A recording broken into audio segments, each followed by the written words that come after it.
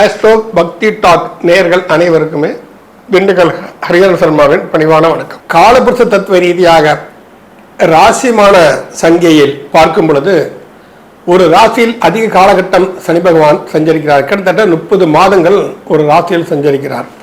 இந்த காலகட்டத்தில் அவர் அதிகாரமும் பெறுகிறார், சில சமயம் வக்ரமும் பெறுகிறார்.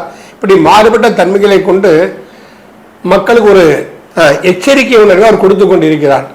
அந்த தன்மையில் 26/7/2026 முதல் 10/12/2026 கிட்டத்தட்ட 137 நாட்கள் சனி பகவான் வக்ரகதியில் சஞ்சரிக்கிறார்.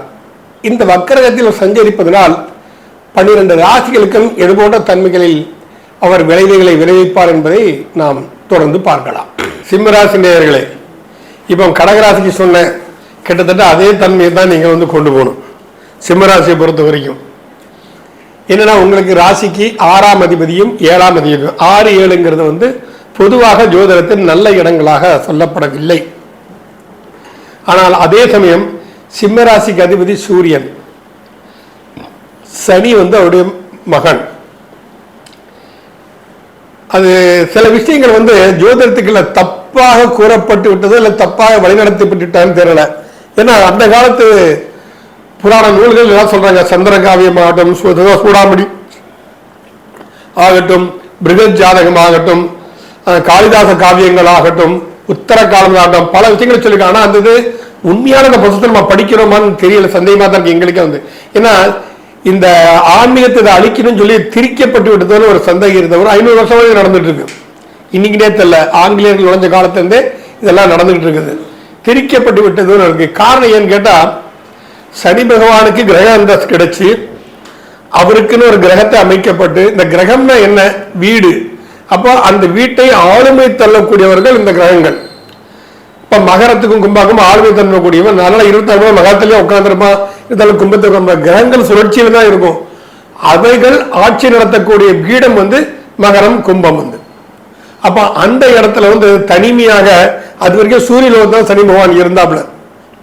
அப்ப சூரிய லோகத்தில் இருக்கக்கூடிய சனி பகவான் தனக்குன்னு ஒரு கிரக அந்தஸ்து கிடைச்ச பிறகு, தனக்கு அமைப்பு பிறகு சூரியனை தன் வீட்டுக்கு கூப்பிடுறாரு சனி பகவான். அப்ப சனி பகவான் கூப்பிடும்போது அவர் சொல்றாரு, மகர சங்கராந்தி, நான் உன் வீட்டிற்கு வரக்கூடிய நாளை மகர சங்கராந்தியாக உலகம் கொண்டாடும். தை பிறந்தால் வழி பிறக்கும் நம்ம சொல்றோம்.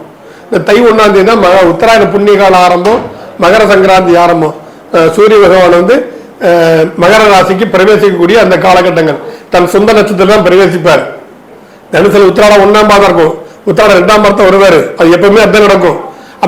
அப்ப நான் உன் வீட்டிற்கு வரக்கூடிய காலகட்டங்கள் மகர சங்கராந்தியாக இந்த உலகம் போட்டும் அண்டையிலிருந்து மக்களுக்கு ஒரு விழிப்புணர்வு ஏற்பட்டு அவர்கள் சீரும் சிறப்போடு வாழ்கிறார்கள் அப்படின்னா, அப்ப சனி பகவான் வீட்டுக்கு சூரியன் போறாரு. என்னை பொறுத்த வரைக்கும் மகரம் சூரியனுக்கு பகை வீடு கிடையாது. யார் என்னாலும் சொல்லிட்டு போட்டோம், எனக்கு அடுத்த கவலை கிடையாது. ஆனா யதார்த்தமான உண்மை, நான் சனி பகவானுடைய விஷயங்களை பற்றி, அவருடைய பிறப்பில் இருந்து சனி பகவானுடைய தன்மைகளை போல ஆராய்ச்சி நிறைய நான் பண்ணியிருக்கிறேன். வடநாட்டில் நிறைய சீரியல்லாம் எடுக்கிறாங்க, அதெல்லாம் நிறைய நான் பார்த்துருக்கிறேன். அதெல்லாம் கனெக்ட் பண்ணி பார்க்கும்போது இவனுக்கு சனி பகவானுக்கு அந்த வீட்டை கொடுத்தவனே சூரியன் தான். அப்ப அந்த இடத்துல ஒரு பிரவேசிக்கூடிய நாளத்தான் ஒரு மகர சங்கராந்தியா சூரியனே கொண்டாடுறாரு. அப்ப தன் மகன் வீட்டுக்கு போகும்போது ஒரு தந்தைக்கு கெத்த போவார். நம்ம பையன் புதுசா வீடு கட்டி கிரகம் பண்ணியிருக்கான்னு ஒரு அப்பாக்கு எவ்வளவு பெருமையா இருக்கும். அது அந்த பகைன்னு சொல்லிட்டு இருக்கோம். ஏன்னா உண்மையான ஜோதிடத்தை அறிய வேண்டிய பல விஷயங்கள் இருக்கின்றன. காலப்போக்கில் எல்லாம் மறைஞ்சு போச்சு, மாற்றப்பட்டு விட்டது. இதை அழிப்பதற்காக பல விஷயங்கள் உள்ள திணிக்கப்பட்டு விட்டன. நம்ம அதுல ஊறி போயிட்டோம். நம்ம அப்புறம் அந்த சூரியனுக்கும் சனிக்கும் பகைன்னு சொன்னா அது காரக ரீதியாக பகை, உறவு ரீதியாக பகையே கிடையாது. ஏன்னா தந்தையை மதிக்கக்கூடிய, ஏன்னா இவர் நீதிவான், தர்மவான். ஒரு தர்மனை தவறாதவன் எப்படி தந்தையை திட்டுவான், எப்படி தந்தைகிட்ட சண்டை போவான், எந்த தந்தை மதிக்காம எப்படி நடப்பான்? அப்படி நடந்தாலும் தர்மவான் பேரே கிடையாது சனி பகவானுக்கு. நம்ம இதெல்லாம் யோசிக்கணும். அப்ப சிம்ம ராசிக்காரங்களுக்கு 6ஆம் இடத்திற்கு அதிபதியா வந்தான், 7ஆம் இடத்துக்கு அதிபதியா வந்தான் சனி பகவான் தான். அப்ப 6 ருணரோக சத்துருஸ்தானம். ருணரோக சத்துருஸ்தானம்ங்கிறத விட நம்ம அது எப்படி நம்ம கொண்டு போகணும் அப்படின்னு சொல்லிட்டுனா, இது காலபுருஷனுக்கு தான் 10ஆம் இடம், சூரியனுக்கு 6ஆம் இடம், சிம்ம ராசிக்கு 6ஆம் இடம். அது கர்மஸ்தானம். அந்த கர்ம வினைகளின் காரணத்தினால் ஒரு நோய் வருது. தந்தையின் மூலம் நோய் வந்திருக்கா, தந்தையின் மூலம் கடன் வந்திருக்கா, இல்ல தந்தையால் ஏற்பட்ட விரோதம் நம்மளை பாராட்டிட்டு இருக்காங்களா, விரோதமா பங்காளி சண்டைகள்லாம் போட்டுட்டு இருக்கோம். ஒரு நோய் வந்தாலும் தந்தையோட ரத்தம் தான் நம்ம உடம்புல இருக்கு. இப்போ இந்த அத்தனை தன்மையும் சொல்லக்கூடிய ஒரு தன்மை தான் சிம்மத்துக்கும் மகரத்துக்கும் உள்ள ஒரு வீடு. அப்படி இருக்கும்போது மகர ராசியில சிம்ம ராசிக்காரங்களுக்கு ஏற்கனவே இன்னொரு பயம் வேற அவங்களுக்கு அஷ்டமத்து சனி நடக்குது. 6ஆம் அதிபதி 8ல உட்கார்ந்துருக்க அஷ்டமத்து சனியனும். அஷ்டமத்து சனியை பத்தி கவலைப்பட வேண்டிய அவசியமே கிடையாது. அப்ப அஷ்டமத்து சனி 8ஆம் இடம் எடுத்து மறைபொருளை உணர்தல். அப்ப நீங்கள் உங்கள் வாழ்க்கை ரகசியமாக வைத்துக் கொள்ளுங்கள். ரகசியம்னா என்ன? தப்பு தண்டா பண்ணணும்னு அர்த்தம் கிடையாது. பெருமை பேசாதீங்க. என்னால என் குடும்பம் நடக்குது, நீதான் குடும்பத்தை காப்பாத்தினா இதுல என்ன பெருமை வேண்டி கிடக்குது, அந்த பந்தாவே பண்ணாதீங்க. குழந்தைகிட்ட அன்பா நடந்துக்காங்க. காரணம் என்ன? சிம்ம ராசிக்கு 5ஆம் அதிபதி தான் 8ஆம் அதிபதியா வர்றார். அந்த அஷ்டம ஸ்தானத்துல தான் சனி பகவான் உட்கார்ந்துருக்கார். அவர் அங்க உட்கார்ந்துட்டு உங்க தொழில் ஸ்தானத்தை அவர் பார்க்கிறார். சனி பகவான் மீனத்தில் அமர்ந்து கொண்டு தொழில் ஸ்தானத்தை உங்களுக்கு அவர் பார்க்கிறார். அப்ப தொழில் ஸ்தானத்தை பார்க்கும்போது தொழிலில் ஒரு மேன்மைத்தன்மை அடையும். அப்போ சனி பகவான் உழைப்பை கொடுக்க, சூரிய பகவான் கீர்த்தி புகழ் வெற்றி அனைத்தையும் கொடுக்க எவ்வளவு அமோகமான வாழ்க்கை இருக்கும். ஆனால் பந்தா பண்ணாதீங்க, பந்தா பண்ணக்கூடாது. அவ்வளவுதான் நமக்கு தேவையான விஷயம். பந்தா பண்ணக்கூடாது. இப்போ எதுவுமே நம்ம நம்ம வேலை கச்சிதமா வேலையை முடிச்சுட்டு போய்கிட்டே இருக்கணும். நம்ம அமைதியாக நம்ம வேலை பண்றது, யாரும் தம்பட்டமே இருக்கக்கூடாது. நான் அதை செய்ய போறேன், நான் இதை செய்ய போறேன், நான் அப்படி செய்வேன், நான் இப்படி செய்வேன், நான் தான் அவனை தூக்கி விட்டேன், என்னாலதான் இன்னைக்கு வாழ்ந்துகிட்டே இருக்கிறான், என்னால அவனுக்கு வாழ்க்கை இதையெல்லாம் பேசாதீங்க. சிம்மராசிக்காரங்க தான் தன்னுடைய பூஜை புனஸ்காரங்கள், இறை வழிபாடு நாட்டங்கள், நீ பூஜை பண்ண வேண்டாம், இறைவனையே கும்பிட வேண்டாம். பரோபகார சிந்தனையோடு அடுத்தவர்களுக்கு உதவி பண்ணத்தோடு இரு.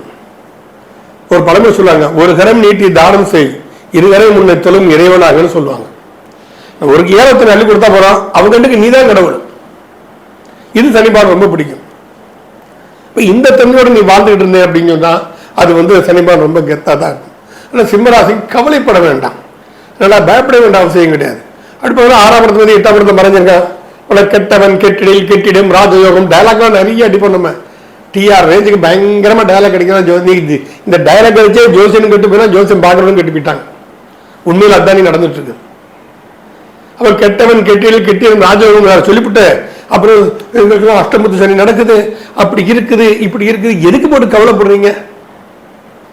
நீ தாங்க கெத்துக்கு வந்துட்டா தலை தட்டுறதுக்கு தாங்கவே மாட்டான் சனி பகவான். பணிவு வேணும், பணிவு வேணும். ஆஞ்சநேயர் எப்படி எவ்வளவு பெரிய மகத்தான சாதனை எல்லாம் செஞ்சார். செஞ்சுட்டு இது என் பிரபு ராமனின் கருணை அப்படிதான் இருந்தார். நான் செஞ்சாலும் எங்கேயுமே எடுத்துட்டு போல. கடலை தாண்டி போனாரு, சீதையை பார்த்துட்டு வந்தாரு,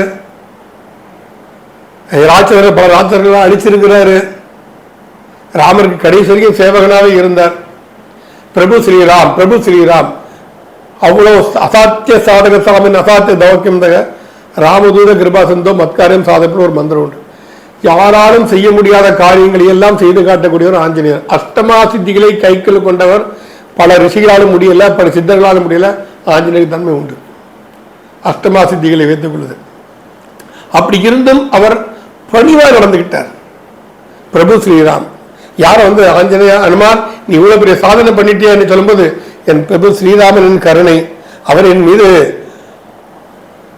ரொம்ப ஆசீர்வாதத்தோட வச்சிருக்கேன், அவரோட அனுகிரக பரிபூர்ணம் இருக்கிறத நல்லா சாதிக்க முடிஞ்சுதான் சொல்லுவார் அவர். அந்த படிவுத்தன்மை நமக்கு வருவதில்லை. ஈகோ, நம்ம போய் அவனோட தலைவனுங்கிறதான் ஈகோ. மனிதன் எந்த ஈகோவை விட்டொழிக்கானா அந்த மனிதனோட சிறந்த பிறவி இந்த உலகத்தை எதுவுமே கிடையாது. அப்பேற்பட்ட தன்மை தான் அவங்க இந்த சிம்மராசிக்கு இருக்கக்கூடிய ஒரு தன்மை. ஆனால் சிம்மராசிக்காரங்க பயப்பட வேண்டிய அவசியமே கிடையாது. 8ஆம் இடத்துல சனி இருக்கா, இருந்துட்டு போட்டோம். அடுத்தவங்களுக்கு பாக்கியஸ்தானத்துக்கு வர்றாரு. 8ஆம் இடத்துல உங்க தொழில் ஸ்தானத்தை பார்க்கிறாரு, நல்ல விஷயம். உங்க குடும்பஸ்தானத்தை பார்க்கிறாரு, குடும்பத்தில் அமைதியை கடைப்பிடி, குடும்பத்தை யாரையும் பந்தா பண்ணாத, குடும்பத்தை யாரையும் சண்டை போடாதீங்க, பொறுமையா இருங்க. பொண்டாட்டி திட்டலா, திட்டுமா, பரவாயில்லம்மா, உனக்கு உனக்கு அந்த உரிமை கொடுத்ததே நான் தானம்மா என்னை திட்டுறதுக்கு. சரி திட்டு போட்டு, யாரை திட்ட போற, ரோட்ல கொண்டு திட்ட போறா, நம்மளை தானே திட்டுறா, திட்டிட்டு போட்டுமே, என்ன இருப்பது. பூர்வ புண்ணிய ஸ்தானத்தை கொடுக்க போறாரு. குழந்தைகளை அதிகாரம் பண்ணாதீங்க, குழந்தைகளை அப்புறமா மிரட்டாதீங்க, குழந்தைகளை பக்குவமா எடுத்து சொல்லுங்க, சைக்காலஜிக்கலா புரிய வைங்க. குழந்தைகள் நல்ல விஷயத்தையும் செய்வாங்க. ஆகவே எதிர்மறை விளைகளை தரக்கூடிய கிரகங்களின் தன்மை வரும்பொழுது அதற்கேற்ப நம்மை நாம் மாற்றிக்கொண்டு பயணித்தாலே சிம்மராசிக்கும் இந்த சனி வக்ரகதி நிகழ்ச்சி என்பது சாதகமான விஷயமே. நன்றி, வணக்கம். கன்னி ராசி நேயர்களே, உங்கள் ராசிக்கு 5 மற்றும் 6ஆம் அதிபதியாக சனி பகவான், உங்கள் ராசி புதனுக்கு நட்பான கிரகமான இந்த சனி பகவான் 7ஆம் இடத்தில் உட்கார்ந்து கொண்டிருக்கிறார். பொதுவாக ராசிக்கு 7ல் சனி உட்கார்ந்தா அப்படின்னு சொன்னா யார்கிட்டையும் எதையும் நம்பி ஏமாந்துடாதீங்க. ஈஸியா உங்களை பிரெயின் வாஷ் பண்ணி போயிட்டே இருப்பான். ஏற்கனவே கன்னிராசி கழுவின மீன் நழுவின மீன் சொல்லுவாங்க. ஆனா உங்களை ஈஸியா மொழிகிட்டு ஏமாத்திட்டு போயிடுவாங்க நண்பர்கள். அப்போ என்ன, இதற்கு என்ன காரணம்? சரி, நல்லதானே செய்யணும், என்ன ஏன் ஏமாற விட்டா அப்படிலாம் நினைக்கப்படாது. எச்சரிக்கையோடு இருங்க. நம்ம ரொம்ப திடீர்னு அன்னை வாழ்கின்ற இவன் திடீர்னு நம்மளுக்கு வாழ்க்கை கோஷம் போடுறான், ஏதோ தப்பா தெரியுத, என்னடா தம்பி, ரைட் நல்லா இருப்பான் அதோட போய்க்கணும். அவன் வாழ்க போட்டாத நம்ம ஏறணும் அப்படின்னு சொன்னா சென்டிமெண்டா நம்மளை இடியேட் ஆக்கி நம்மளை ஏமாளி ஆக்கி விட்டுருவோம். இதுதான் கன்னிராசிக்கு நடக்கக்கூடிய ஒரு நிகழ்வு. அவரும் அக்ரகதியில சஞ்சரிக்கிறாரு, ரைட்டு, சஞ்சரிச்சுட்டு போட்டும் தப்பே கிடையாது. நம்ம உஷாரா இருந்துக்க வேண்டியது. யாருக்கிட்டையும் தேவையில்லாத பழக்க வழக்கங்கள் வேண்டாம். தேவையில்லாத பழக்க வழக்கங்கள் மட்டுமல்ல, தேவையில்லாத பாலின உறவுகளையும் தவிர்க்க வேண்டும். உறவுகள் நிறைய சந்தர்ப்பங்கள் வரும். ஏன்னா நீ கொஞ்சம் பணிவா நடந்துக்கிட்டீங்கன்னா உங்களுக்கு நிறைய பேருக்கு பிடிக்கும். அந்த பிடிப்பு சில பேருக்கு காதலாக கூட மாறும். எச்சரிக்கையாக இருங்க. அதெல்லாம் ஒரு சோதனை. சோதிக்கிறான் இறைவன், சோதிக்கிறான், கிரகங்கள் சோதிக்கிறால் உங்களுடைய பொறுமையை அவர்கள் டெஸ்ட் பண்றாங்க. நீ எந்த அளவு தர்மநிலை தவறாம இருக்கான் பார்ப்போம் அப்படின்னு சொல்லிட்டு அதுல ஜெயிச்சு வந்துட்டோம் அப்படின்னு சொன்னா நீ என்ன கஷ்டத்தை நீ குடியா, எனக்கு கவலையே இல்லை, அந்த கஷ்டத்தை தாங்க சக்தியை நீதான்ப்பா எனக்கு தரணும். நான் எங்க போவேன்? என்னால ஆகக்கூடிய எதுவுமே கிடையாது. நான் ஒண்ணுமே இல்லை. நீ ஆடுகிற நான் ஆடுறேன், நீ பாடுகிற நான் பாடுறேன், நீ ஓடுன நான் ஓடுவேன், உட்காரனா உட்கார, எந்திரினா எந்திரிப்பேன். என்னை செயல்படுத்துறதே நீ தானே. எனக்கு கஷ்டத்தை கொடுக்குறியா, நான் வேண்டாம் சொல்ல கொடு. உனக்கு சந்தோஷமா, எனக்கு கஷ்டத்தை கொடுக்குற சந்தோஷமா, நீ சந்தோஷப்பட்டு எனக்கு கஷ்டத்தை கொடு. அந்த தாங்கக்கூடிய சக்தியும் நீ எனக்கு தான், நீ தான் கொடுக்கணும். இந்த எண்ணத்துல தான் கன்னிராசிக்காரர்கள்லாம் வாழ்ந்துட்டு போகணும். ஏன்னா உங்களுக்கு அவருக்கு 4ஆம் இடத்தை பார்க்கிறான். தாய் வழி சுகத்தில் குறைபாடுகள் ஏற்படும். தாயாருக்கு உடல்நிலையை சற்று பாதிக்கப்படலாம். கொஞ்சம் அதில் எச்சரிக்கை உணர்வோடு இருக்கணும். அம்மாவுக்கு என்ன வைக்கணும், வெளியே போயிட்டு வர்றீங்களே, அம்மா ஒரு ஓரத்தை உட்காந்து, என்னம்மா ஒரு மாதிரி உட்காந்துருக்கா, தலையில வலிக்குதா, உடம்புடம்பு சரியில்லையா, டாக்டர்கிட்ட போகணுமா, என்ன செய்யணுமா, இதை கேளுங்க. அந்த சனிமான இடத்துல உங்களுக்கு பிளஸ் பாயிண்டா மாறிடும். எல்லாம் உங்களை சாதகமா பண்ண ஆரம்பிச்சிடும். ஏன்னா தாய் வழி அனுசரணை, தாயாரை பராமரித்தல், தாயாரை பேணுதல் சனி பகவான் இருக்கிறதுலயே ரொம்ப பிடித்த வச்சு சனி பகவானுக்கு அதுதான்.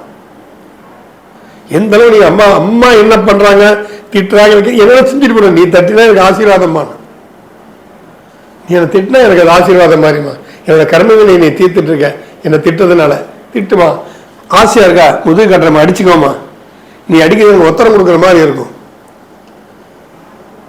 இப்படி தாயை போற்றி பேணி பாதுகாப்பவர்களுக்கு சனி பகவான் மிகவும் பிரீதியான ஒரு கிரகம். உங்க ராசிக்கு 9ஆம் இடத்தையும் அவர் பார்க்கிறார் 3ஆம் பார்வையாக. அப்ப பாக்கியத்தை, உங்களுடைய பாக்கியத்தை உயர்த்தக்கூடிய ஒரு தன்மைக்கு அவர் உங்களை கொண்டு சென்றுடுவார். நல்ல ஒரு மேலோட்டமா நடந்து கொண்டு போயிடுவார். ஆஹோ ஓஹோன்னு அப்படி நீங்க வந்துடலாம். அத்தனை தன்மையும் கொடுக்கக்கூடியவன் அந்த சனி பகவான். அதனால கன்னிராசிக்காரங்க அதை பத்தி தான் பயப்படி யோசிக்காதீங்க. அதனுடைய பார்வைக்கு ஒரு வேள்வி இருக்கு. அப்ப நீங்க இந்த மாதிரி தன்மையில் செஞ்சீங்கன்னா உங்கள் பாக்கிய உன்னதியை மேம்படுத்துவான், உங்கள் உடலுக்கு ஆரோக்கியத்தையும் கொடுப்பான். உங்கள் உடலுக்கு ஆரோக்கியத்தையும் அவன் கொடுப்பான். ஒரு கல்யாணம் பண்ணிக்கணும், 7ஆம் இடம் சனி இருக்கான், ரைட்டு, இப்ப கல்யாணம் பண்ணிக்கணும், ஒரு பொண்ணை பார்க்க போறோம், பொண்ணை பார்த்து கலர் கருப்பா இருக்க, தயவுசெய்து ஒதுக்காதீங்க. கலரை பார்த்து என்னைக்கு இடம் போட்டுறாதீங்க. பணத்தை பார்த்து இன்னும் குணத்தை மாத்திரம் பாருங்க. நீங்க எந்த கன்னிராசிக்காரர்கள் தனக்கு வரக்கூடிய இல்லறத்தை ஆணா இருந்தாலும் சரி, பெண்ணா இருந்தாலும் சரி, அப்படி குணத்தை பார்த்து மதித்து நடந்தால் அது சனி பகவானுக்கு ரொம்ப பிடிக்கும். இன்னைக்கு எல்லாம் நாங்கள் திருமண பொருத்தம் பார்க்கும்போது ஏண்டா ஜோசியத்துக்கு வந்தோன்னு ஆகிப்போச்சு. அப்படி கொஸ்டின்ஸ் கேட்குறாங்க பொண்ணு வீட்டுக்காரங்க மாப்பிள்ளை வீட்டுக்காரங்க. இல்லை பெண்கள் படித்தவங்க படிச்சுட்டோம், வேலை செய்கிறோம், சம்பாதிக்கிறோம், எதுக்கு நான் குடும்பத்தை நிலைநாட்டணும், எதுக்கு நான் கட்டுப்பாடு நடக்கணும், எதுக்கு நான் குழந்தை குட்டியில் பேத்துக்கணும், அந்த ரேஞ்சில் தான் போயிட்டுருக்காங்க எல்லாருமே. இந்த அகம்பாவம் தான் வேண்டாங்கிறது தனி பகவானுக்கு பிடிக்காத விஷயங்கள். தன் குடும்பத்தை பேணி பாதுகாங்கள், தன் குழந்தைகளிடம் அன்பாக பேசி பழகுங்கள். இந்த மாதிரி விஷயங்களை நீங்கள் செஞ்சீங்கன்னா சனிமான் மிகப்பெரிய ஒரு பிரீதி. அப்போ நம்ம பார்க்க வர்றாங்க, ஆணாகட்டும் பெண்ணாகட்டும், அவங்களோட குணத்தை பாருங்கள். அப்படி இருக்கும் பணத்தையோ அவர் கட்ட கல்வியோ அவர் சம்பாதிக்கக்கூடிய விஷயத்தையோ பார்க்கவே பார்க்காதீங்க. இப்படி இருந்தால் 7ஆம் இடத்து சனி உங்களுக்கு மக்கள் தொடர்பை ஏற்படுத்தி கொடுக்கும். மக்கள் மத்தியில் ஒரு மதிப்பை, மிகப்பெரிய ஒரு மதிப்பை உங்களுக்கு ஏற்படுத்தி கொடுக்கும். இது ஒரு அற்புதமான விஷயம் இல்லையா? சாதாரண விஷயம் இல்லையா? மக்கள் தொடர்பு இருந்தா போறோம். நான் இப்போதான் பாருயா என்ன மனசு பாரு, எவ்வளவு தன்னைத்தானே அமைதியா இருந்துட்டு அடுத்தவங்களை மதிச்சு பழகலாம். மனசுல பிறந்த இவனை மாதிரி பிறக்கணும் அப்படின்னு 4 பேர் புகழும்படியான ஒரு சூழ்நிலையை அந்த சனி பகவான் 7ஆம் இடத்த சனி பகவான் கண்டிப்பாக செய்வார். நம்ம அதை மீறி நம்ம நடக்கும் பொழுது 7ஆம் இடத்த சனி சரியா வச்சுதான் செய்வார். வச்சு செஞ்சுட்டாருன்னா நீ நடந்துக்கிற விதத்தை பற்றி அவர் வச்சு செய்யறதும் உங்க நல்ல வச்சு பாதுகாக்கிறதுமே சனி பகவான். இந்த தன்மைகளை பூரா நீங்க கடைபிடிச்சிட்டு வந்துக்கிட்டே போறோம். கன்னிராசிக்கும் இது ஒரு அற்புதமான ஒரு சனி வக்ர பயிற்சி என்றுதான் சொல்ல வேண்டும். நன்றி, வணக்கம்.